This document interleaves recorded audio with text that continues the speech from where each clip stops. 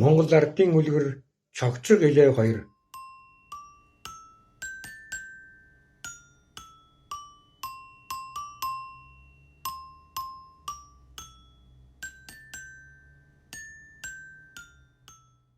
Эрт цагт Жигүүртний хаан хангарт албад иргэдээ зовлуулж эрдэм номын мөр хөөлөх болжээ.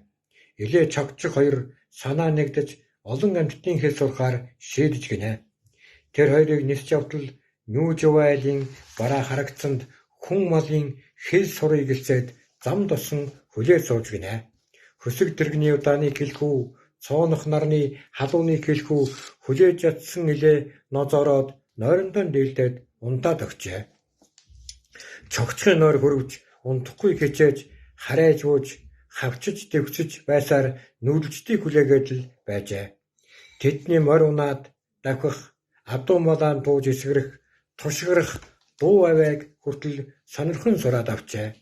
Ингэж чогчиг морь унсан хүн дуурайж зурам унаж эсгэрэн давхиж явдаг эрдэнэтэй болсон юм санжээ. Илээ гинцрээд харсан чинь чогчигч байдаггүй нүүдэлчд өнгөрөөд явчихсан байжээ.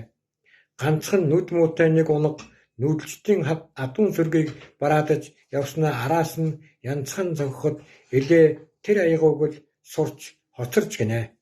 Ингээд илээ нисэхдээ янзхаадаг түүнийг сохор илээ гэж хожилдгийн учир энэ юм санжээ.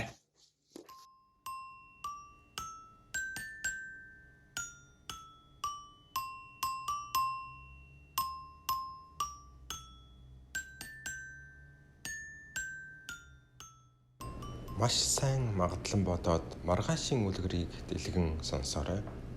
Ардынхаа сайхан үлгэр шиг амар сайхан жаргаарай.